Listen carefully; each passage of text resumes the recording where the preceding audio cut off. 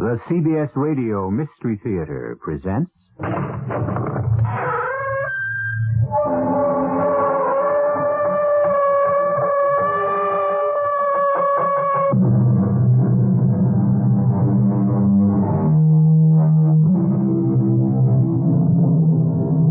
in.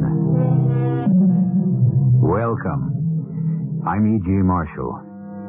We've a story to tell you which will take you back in time to a period when our country was very young and the country from which we separated was centuries old. One reason we are Americans and not Englishmen is that King George III was mad, periodically during his early years on the throne, continuously for the last 11. This 11-year period, known as the Regency, provides us with the background for the story that follows. And I must confess, Maria, her attitude seemed very odd to me. It was odd, Doctor. Unless you understand and accept her ability to remove herself from this world. Remove herself? Oh, I don't know any way that can be done until death does it for us. But she says it's very like death. But a very happy thing. It would be pleasant, wouldn't it, to think of death as a happy thing? At least for the one who dies. But I fancy it is, Doctor. It's those who must live on who suffer. Wouldn't you say?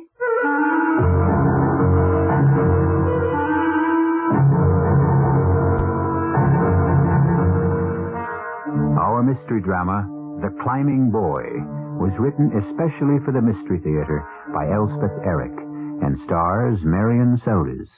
It is sponsored in part by Buick Motor Division. I'll be back shortly with Act One.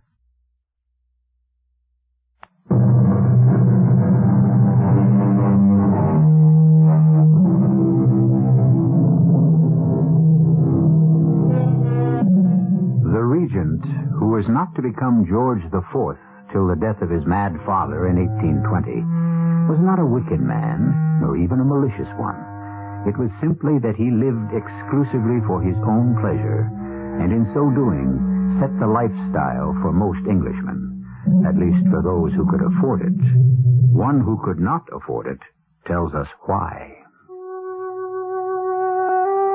Had it not been for the deep and abiding affection I bore Lady Emily, I should never have accepted her invitation to spend a fortnight at Feathers. I despised Lord Hollander, and I'm sure he thoroughly reciprocated my feeling. But her invitation carried more, I felt, than a simple desire to enjoy my company. It held a note of desperation.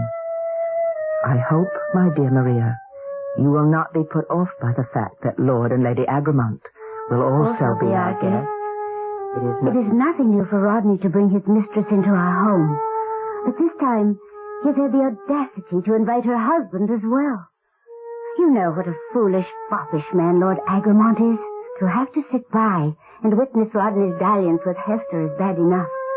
To listen to William's inanities is more than I can endure. And so it was that I grimly packed my portmanteau and took the coach to Feathers. Maria, how good of you to come. Only for you, my dear, would I? Oh, Maria. Come upstairs, and I'll show you to your room. Just leave your portmanteau. Gibson will bring it up, or somebody will. Come on. Here's your room, right next to mine. Oh, it's lovely. Well, it's a bit on the chill side right now. So is the whole house, for that matter. But Rodney's having the chimney swept out this morning, and once that's done, we'll have a great roaring fire going for you. Oh, that'll be lovely. Oh, Maria, I know I'm not giving you time to settle in or anything, but I had to talk to you privately. You're the only one I can talk to. You're my only friend, really. Emily, dear, don't agitate yourself so. Of course you can talk to me. But I haven't even asked you if you're hungry, if you want a cup of tea or anything. Later. You're trembling. Now, what is it? Well, of course, you know how things are between Rodney and me. Yes, I have some idea. Not good. Hester Aggrieved. She's only the latest in a long line of mistresses he's had. Her husband doesn't seem to care. And to bring them both into this house. Only for the weekend. But it should be this weekend, Maria. It just a year ago that it happened. You mean Peter? That we lost him. Rodney hasn't approached me since. I haven't wanted him to. Oh, it's not because he's grieving for our son. Oh, no, it's not that. It's because he's become, well, let's say, weary of me. Weary of my spells. He dislikes them intensely. What spells? You don't have spells. Oh, yes, I do. Rodney's right about that. My dead spells, he calls them. And that's not at all a poor description either. For I feel very close to death during those spells. Emily, you can't mean that. Oh, I do. But it's a happy feeling. Believe me, it is. But it can't be. What on earth are you talking about? Oh, it's not a physical death, Maria. During the spells, I'm here all right. I talk, walk, eat, drink, and order the servants about, and plan meals, do all the things I always do. Only part of me isn't here at all. Well, where is it? I don't know precisely. But not here. How long has this been going on? Since Peter died. Or since shortly after. Poor little boy. He was only 5 years old, Maria. I know. And I suppose that in my dead spells, I'm trying to be with Peter. I have the feeling that he needs me. And you say this has been going on for a whole year? Well, the first one was just under a year ago. I didn't know what to make of it. I didn't mean to do it. Not the first time. I can go off now. Any time I want to. You want to? You do it on purpose? Oh, Maria, yes. When I can't bear it here any longer, it's wonderful to have some place to go. I'll grant you that. There are times when I'd like a place to go. But, Emily, where is it that you go? I don't know. Or perhaps I do now. But I can't talk about it. I'm in another world. Oh, my body is here. My body with all its faculties. Sight, speech, hearing. The essence of myself is somewhere else. You make it sound like some sort of mystical experience. Perhaps it is. Emily, tell me something. When you go someplace else and yet your body stays here. Yes? Well, can you be seen? Is there something of you that can be recognized? I'm not quite sure. One time, when I went off in the middle of the night, Rodney swears he saw a ghost wandering across the lawn. The ghost of a woman, he said, with long, dark hair trailing down her back, nearly to her knees. As yours does. Oh, you and I know there are no ghosts. And that night, being so put out by Rodney's teasing, I know I wanted him to see me, wanted it intensely, that he should see and understand I could leave him any time I wanted to, in the spirit, if not in the flesh. Oh, Emily, I do hope you know what you're about. I'm able to live, Maria. Otherwise... Otherwise what? Who knows? Emily. Emily? Yes? Who is it? William, my dear. Is it all right? Oh, of course. Come in, William. Ah, Tipson said I might find you here. You remember Maria True, William? Oh, yes. How are you, Maria? Very well, and you? Thought I'd hack about the countryside for an hour before luncheon. I thought you might come with me, Emily. Hate to ride alone. I'm afraid not. There's so much to be done here. Oh. Maria? Oh, I don't ride. Oh, it's a pity. Well, why don't you ask Rodney to accompany you? I'm sure he'd love to. Oh, he would, but he's otherwise engaged. Oh? Oh, not what you think, my dear. No, his time's being taken up by some local fellow named Harding, I believe. Harding? Had 2 small boys with him. But that's Harding, the chimney sweep. Yes, I believe there was some talk about cleaning out chimneys. But we have a machine for doing that. All right, I'm off to the stables. See you at the luncheon table. Can't be. He can't have called in Harding. We have a machine. I never heard of a machine for sweeping chimneys. Well, it isn't really a machine. It's a very, very long brush. You can reach way up the chimney with it. I had one sent down from London only last week. Well, let's go downstairs and see what's happening. Oh, yes, I can't bear the thought of using these climbing boys. They're so young. They have to be at least 8 years of age. That's a law. They shouldn't be used at all. There should be a law to that effect. The Select Committee has just failed for the 3rd time to pass a bill like that. It was laughed down in the House of Lords. Laughed down? What was there to laugh at? Oh, someone made what they considered a very funny speech, saying that the climbing boys were like a dose of calomel prescribed by a doctor to clean out the system. Come, Marie. Oh, we must see what's going on. I won't permit All right. it. Not in my house. Up you go, my boy. Up. Easy near it, this, my lord. Rodney, whatever are you doing? Why aren't you using the long brush? Why is this boy... Don't fuss, Emily. Rodney, don't you fuss. swore to me. Tipson flatly refused to use the brush, so what was I to do? Well, you could have used it yourself. Myself? Oh, come You now. promised no climbing boy would enter this house. Can't you hustle him up a bit, Harding? He's only gone up about 6 feet and stopped there. What are you going to do? Nothing too drastic, Lady Hollander. Here, boy. Up and after him. What? I'm giving this other boy a pin, my lady, a coming pin. What on earth for? He'll go up after the little one and give him a few jabs with a pin. What? In the soles of the little one's feet, you see. That'll move him over. Oh, no, you can't. You can't. All right, now, boy, up with you. Just a few jabs with a pin. Don't overdo it. Just enough to get him moving on up. You know how. I can't believe what I'm seeing. How you doing up there? No good, huh? One move, huh? Well, I'm off. Nobody wants a bit of a cross-country ride, eh? We're busy, William. Oh, you're having a bit of trouble, are you, with the climbing boys? Little one's new to it, sir. Got up a few feet and wouldn't budge. Wouldn't budge, eh? Well, I've got a way to fix that. Saw it done at Lady Milburn's a week ago. William, what are you doing? I've got a little bit of hay here. I was saving it to give to my horse. You're not lighting it. Of course I am. Now, let's add a little something. Let's see what have we got here. Here's a few pages from the London Tap. Oh, that'll do the trick. Oh, you can't. Stop it. Brute! You brute. Oh. That'll move him all right. Yeah, if he doesn't want his feet burnt to a crisp. All right, move, boy. I can't with you. bear it. I can't. Oh, my dear. Go to your room, No, Emily. No. Is he moving? Oh, he must be. Oh, dear God. Oh, he's fallen. He's fallen. Oh, my boy. Oh, poor boy.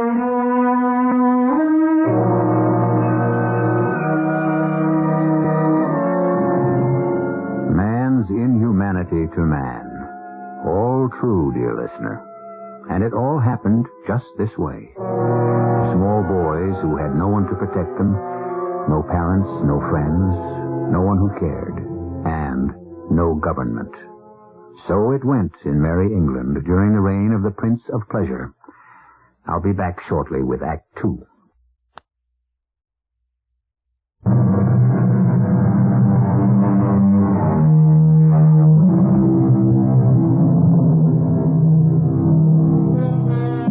The last we heard from our climbing boy was not a spoken word. Indeed, we have yet to hear him speak at all. No, it was the sound of his small body crashing down the chimney of Lord Rodney Hollander's country estate after pins had been stuck into his dangling legs in an effort to force him further up the chimney, and as a last resort, a fire had been lighted beneath him. Now it is an hour later, and luncheon is being served. Where's Emily? She should be here. She's upstairs, I believe. Doing what? I believe she's with the boy. The climbing boy? The one who fell down the chimney. He didn't fall. He simply let go and dropped. Why didn't she send him home with Harding? I believe she's giving him a bath. A what? A bath? You said a bath? Whatever for? I've always understood that climbing boys never bathe. Well, it makes sense now, doesn't it? Will you all excuse me? Where are you going, Maria? Upstairs. But there's a saddle of mutton coming, Maria. I've had enough, thank you. I'll be with Emily. I'm not sure Maria's the sort of friend Emily should cultivate, Rodney. Oh, I know. But what can I do?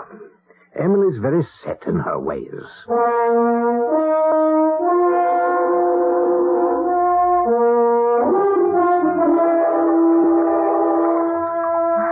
Dear boy, I'm going to have to let you soak in the warm water. The dirt has ground into your skin. I'm afraid to scrub any harder. Just sit here.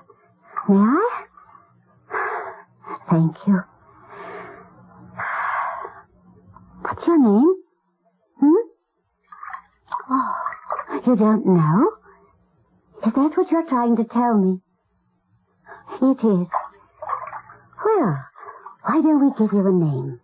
Would you like that? How would you like to be called? Well, how about Peter? Do you like that for a name? Oh, you do? Then we shall call you Peter. Peter shall be your name. Very apt. Oh, Maria, I was just talking to the boy here. He's not very talkative himself, but I expect that's because he's shy. Are you shy, Peter? I don't think he knows the word. Oh, there's so much he doesn't know. Peter, if that's to be your name, for the time being at least. How old are you? Yes, darling? How old? Do you know? 8. You're 8 years old. Yes, 8. Maria, I don't believe it. 8. Look at that tiny body. He's not 8 years old.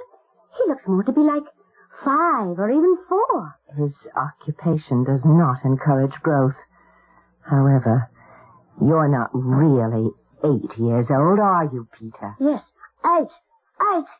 He's just been told to say that. Threatened, probably. He's about the age my boy would be. Had he lived? Well, let's get on with this bath, shall we? It's going to take a month of soaking before you'll get rid of this dirt. Formed a crust all over him. And then, heavens, boy, what do they give you to eat? Yes, Peter, dear. What does Mr. Harding feed you? Tell me. I want to know. Please. Nothing. Nothing? Is that possible? Oh, Maria, fetch him some milk and whatever else you think that... Yes, maybe some of the luncheon soup. Oh, yes, do hurry.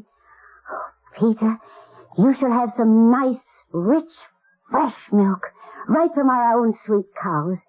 You'll like that, won't you? Won't you? I don't believe you know what milk is. Is that possible?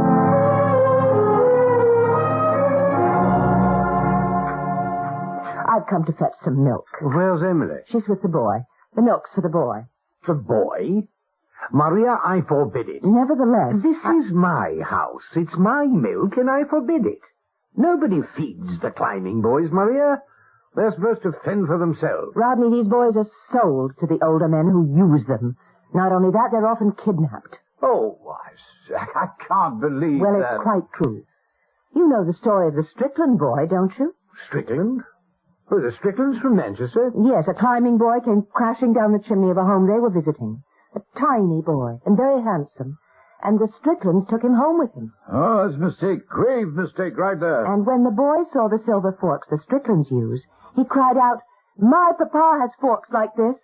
My word. And the boy said the Lord's Prayer each night without being taught it. Well, obviously. Boy of good family. Yes, and then the story came out after some investigation. The boy's mother was dead. The father was traveling abroad, and the child had been left in the care of an uncle. The gypsies abducted him and sold him to a sweep for 10 guineas. And that boy was 4 years old. 4? Oh, yes, that's very young. Well, if you'll take a look at the boy in the tub upstairs, you'll conclude that he could be 4 years old, 5 at the very most. And now, if you'll excuse me, I'll fetch the milk.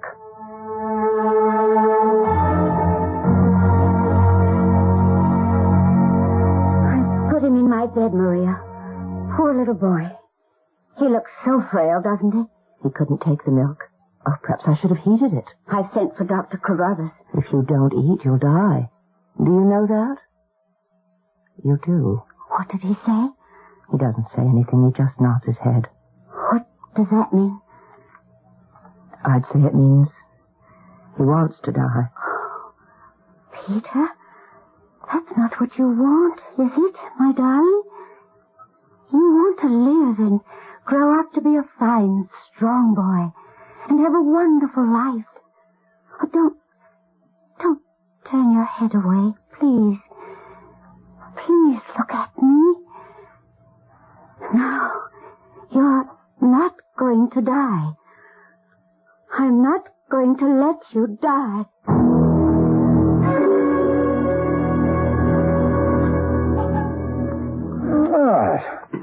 Too bad Lady Emily had to miss that superb dinner. Well, there was no need for her to miss it. Emily's very stubborn sometimes. Oh, yes, I can see that. Makes it quite difficult for me, you understand? Oh, quite. I swear, that woman gets more peculiar all the time. In what way, peculiar? Well, she has these spells, you know. I'd say, hold on a minute. I do believe Emily's coming down. Oh, my dear. I'm glad you could join us. Where's Maria? She's with the boy. We're expecting Dr. Carruthers momentarily. You sent for Carruthers? In heaven's name, why? Because the boy is ill. But you should have sent him back to Harding. Let Harding look after him. It's because of Harding the boy is ill. Oh, nonsense, Emily, really. Rodney, I want to adopt this boy. Adopt him? Well, he's just about the age Peter would be now. That's what Maria thinks, and so do I. He needs care and love and all sorts of things I can give him and that he's not going to get from anyone else if he goes on with the life he's been leading. Dear Emily, I know your tender heart. But why should you give him anything? He's not your responsibility. I know that. I want to make him my responsibility. I want to adopt him, Rodney. Oh, no, it's out of the question. Why is it out of the question? Well, it simply is. I have no desire for a son not my own. I have. We know nothing at all about this boy. We could ask Harding. We could ask him from whom he bought him. Or stole him. No. You might find out something interesting, Rodney. Now, Maria, kindly keep out of this. I just wanted to remind you of the Stricklands. They adopted that boy. They educated him. Yes, you see, Rodney, we could do the same. Well, I don't know. That must be the doctor. I saw his trap pull up. Oh, let him in, Maria, and take him upstairs, will you? Of course I shall. Oh, Rodney, please do this one thing for me. Please.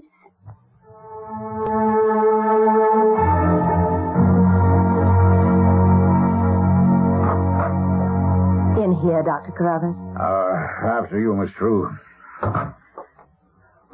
Now, this is the patient. Yes.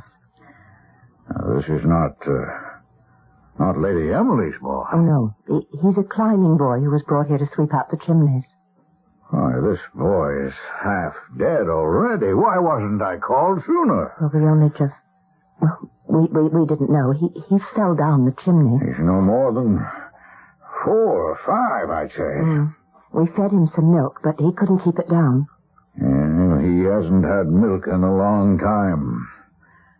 If ever. The boy is dying, Miss True. But he can't. He can't die. There's nothing I can do. These climbing boys, there's no hope for them. But there must be something you can do. They die of exposure, of bad food or no food, of burns, beatings, overwork. Most of all, I say they die of a wish to die. That's what Emily and I... Yes? We were saying he didn't seem to want to live. Would you? Would you want to live his life? Their lungs are filled with mortar and soot that blinds them, chokes them.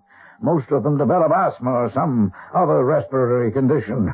Their knees and elbows are bruised. Terrible. It's all so terrible. Why, Miss True, do you know that climbing boys have been sent up chimneys that were already on fire?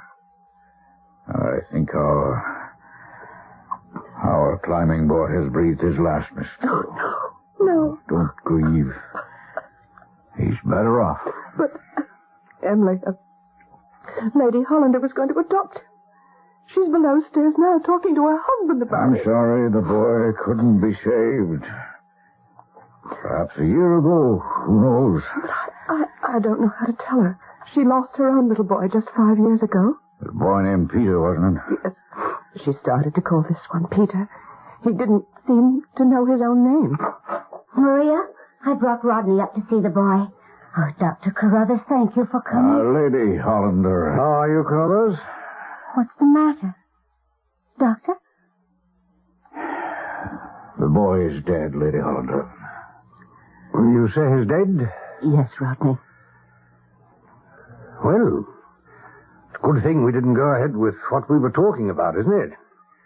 The boy must not have had a decent constitution, eh, Doctor? He wasn't very strong, no. We'd have had all sorts of trouble with him, wouldn't we, if we'd adopted him? We were thinking of it. Probably you would have had, yes. Well, one damn thing after another. That's what it would have been. Well, Emily? Leave her alone, Rodney. Oh, she's all right. Aren't you? I'm all right.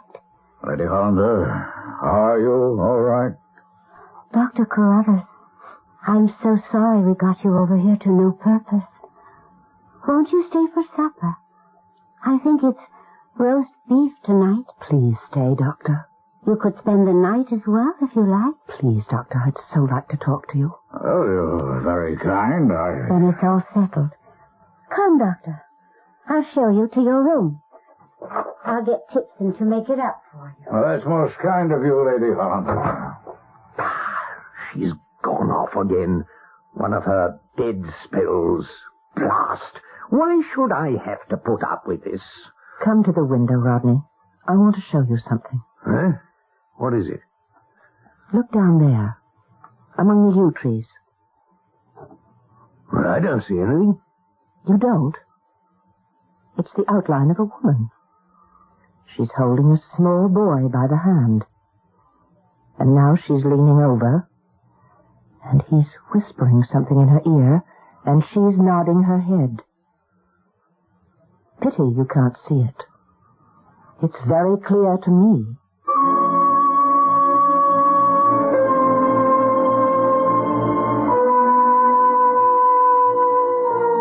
You remember that Lady Emily Hollander had, or believed she had, the ability to make herself seen by whomever she wished during these so-called spells. Why, then, is her outline so distinct this time to Maria, while Lord Hollander sees nothing? We shall try to bring you the most cogent answer of which we are capable when we come back with Act 3.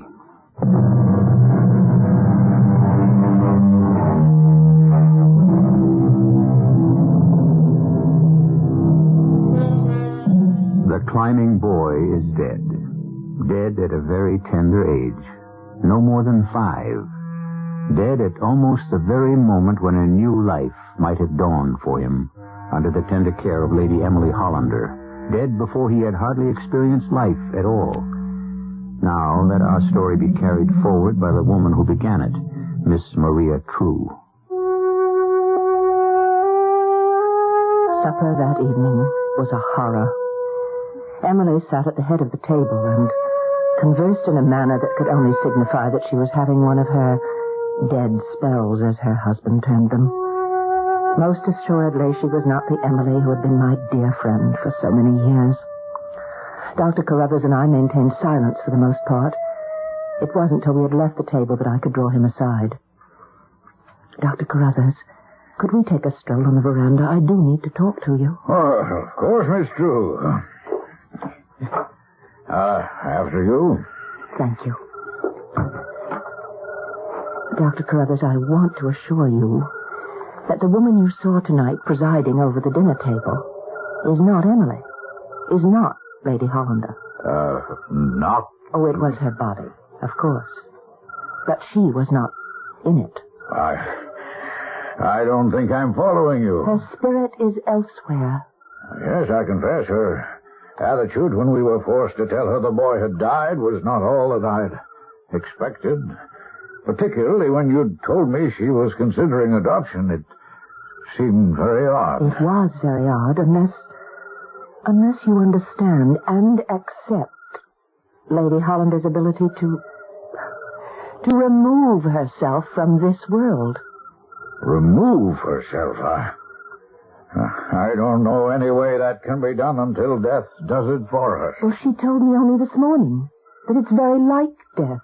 It seems close to death, but that it's a very happy thing. It would be pleasant, wouldn't it, to think of death as a happy thing? At least for the one who dies. But Lady Hollander obviously does not die. Only her mind seems to stray away. Not her mind, Doctor. Her soul. Yes, I stand corrected. Oh, I'm so grateful you consented to stay, Dr. Carruthers. I sorely needed someone to talk to. Now, there's one more thing. Yes? After you and Lady Hollander left the room this afternoon, Lord Hollander and I were there alone.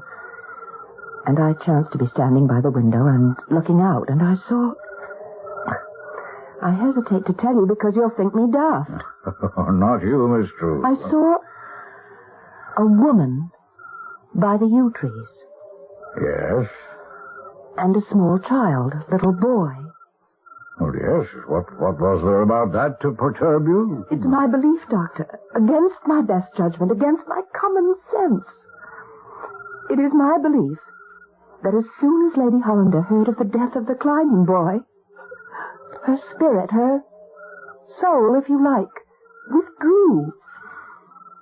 withdrew from the room of death and went outside under the yew trees. And there she met...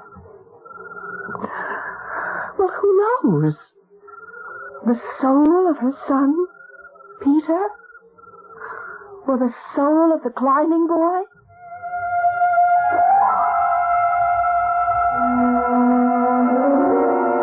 So, one way or another, we got through that dreadful evening. Everyone prepared to retire for the night.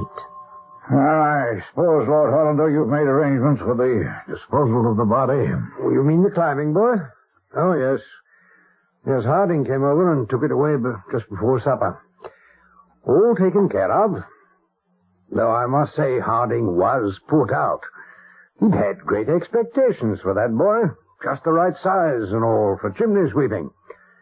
Still, couldn't be helped, I suppose.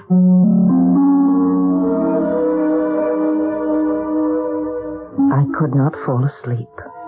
The awful events of the day crowded in on me. The sight of the boy's puny body in the tin tub of water flashed over and over again before my eyes.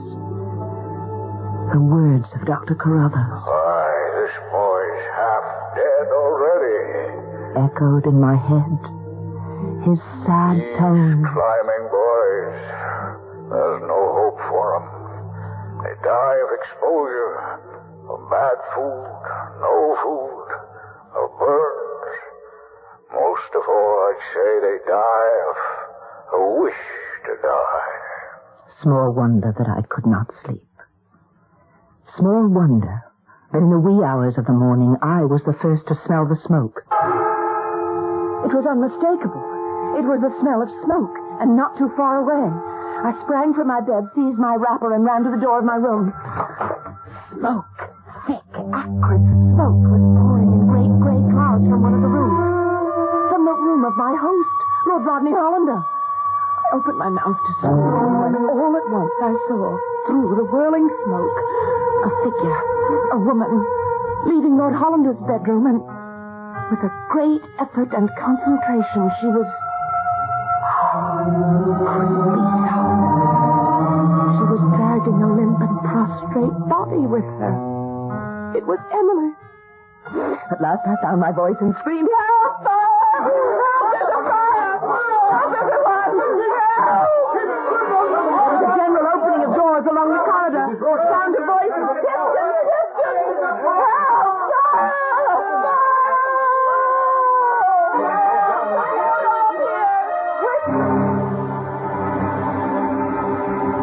The fire was extinguished in due time. The servants, headed by Tipson, accomplished it for the most part. Dr. Carruthers and I both admired their fearlessness. Well, there wasn't much but smoke in the room. The actual fire was confined to the chimney. Then Rodney died of the smoke. Yes, suffocation. There was nothing to be done for him. One odd thing, though, deuced odd. What was that, Doctor? His feet were singed. The bottoms of his feet had been burned. What do you make of that? I mean, since the fire never really reached out into the room. Well, I'm sure I can't explain it, Doctor, if you can't. What about Lady Agremont? What about her? She'll be all right. She was found in the hall, wasn't she? It was just outside her own room. I suppose she was the first to smell the smoke and came out to investigate. But then why didn't she cry out? Well, didn't she? I didn't hear her. Well, somebody cried out. That's what roused me. Yes, that's true. Someone did. I had one more chance to speak with Emily. She was still in one of her so-called dead spells. Yet there were moments when she seemed the same Emily I'd always known. Can't you stay for a bit, Maria? Oh, I must go up to London, Emily. Tend to a few matters. Matters of importance, my dear. Otherwise I wouldn't leave you. But the good Dr. Carruthers will stay on for a day or two, and by the time he leaves, I'll be back. Good. Hester and Willie have already left. I know. I'm glad. Why did you do it, Emily? Do what? I was the first to discover the smoke, you know. That is, the first after you. That's how I happened to see you dragging Hester's body out of Rodney's room. Oh? You saw that? Why did you do it? Well, it wouldn't have been proper, now would it? For people to find out that Hester had shared Rodney's bed. No, Rodney would have hated that. But even so, why didn't you cry out as soon as you saw the smoke? No matter where it was coming from. Oh, I knew very well where it was coming from. Before I saw it. Even before I smelled it. But how could you? How could you have known? I was waiting for it. Whatever do you mean? I'd been told. Told what? Told that there would be a fire in that particular chimney at precisely 3:15 in the morning. Well, who could have told you? Why, the climbing boy, Maria. He told me. And then I remembered standing in the room where the boy lay dead. I heard Rodney's voice as I'd heard it then. Damn, why should I have to put up with this, Maria? Why should I? Come to the window, Rodney. I want you to see something. What is it? Look down there, among the yew trees. Well, I don't see anything. It's the outline of a woman. She's holding a small boy by the hand. Now she's leaning over, and he's whispering something in her ear, and she's nodding her head. Was that when the climbing boy had told Emily that there would be a fire in Rodney's chimney at 3:15 in the morning? I would have plenty to ponder on my journey up to London. Emily herself put me in the carriage, which would take me to the stagecoach. Goodbye, my dear. I'll see you in a few days. Yes, that will be good. And then we must make plans. Plans for your future. Oh, yes. Plans. You won't want to stay here. I don't know. Perhaps you'll try London for a while. You can stay with me. I have room. We'll talk about it. Goodbye, my dear. Goodbye, Maria. Come back soon. Well, I thought to myself, I've accomplished something for my friend. Now, I thought as we drove past the broad verandas, if only I can get her interested in the reform movement, there's hope for her. But then, as the carriage picked up speed, we passed the rose garden and came to the clump of yew trees. And there, I saw her. I saw Emily. Well, rather, I saw the outline of Emily. I called to the coachman to stop. Yes. One could say the figure was made of vapor or steam, and yet its dimensions and form were very clear, and down its back hung long dark hair, almost to its knees. I stared and stared until the horses grew impatient, for I saw something else. I saw a tiny figure of a boy, and then the figure of another boy. There were two of them, and both were running fast, fast. And she held out her arms, and they both ran into them, and she held them close, and she laughed, and they laughed. Then, as I stared, the strangest thing of all occurred. Two boys that she was holding in her arms looked at each other, both still laughing, and even as I stared, they became one boy. And he was laughing, and Emily was laughing, and holding him and rocking him in her arms, and they laughed together for the sheer joy of being together. And I knew that in all probability, Emily would never come up to London.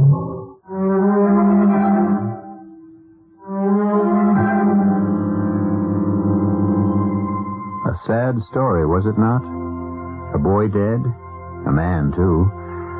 A woman not quite right, well, not quite right mentally. A very sad story, really. Yet ending in laughter. How can that be? We don't know. But this we wish for you, dear faithful listener, that whatever the sadnesses that enter your life, you will find somewhere, in some manner, the lightening, the leavening sound of laughter. I'll be back shortly.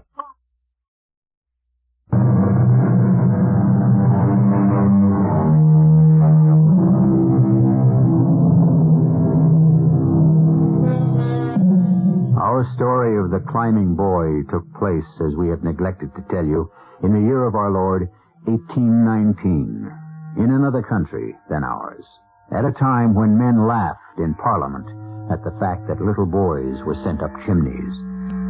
It is another time now and another place. Things are different now, here. But are they? If you think so, you haven't been paying attention. Our cast included Marian Seldes, Evie Juster, Court Benson, and Ian Martin. The entire production was under the direction of Hyman Brown. And now, a preview of our next tale. He's in jail. Jail? Why? What for? I suppose for smuggling.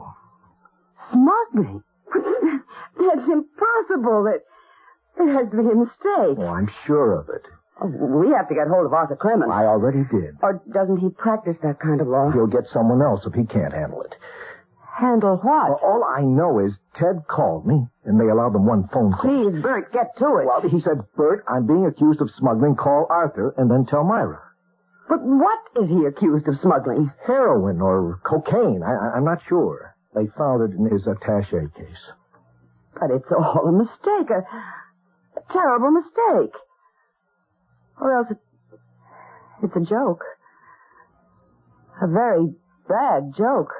This is E.G. Marshall inviting you to return to our Mystery Theater for another adventure in the macabre. Until next time, pleasant dreams.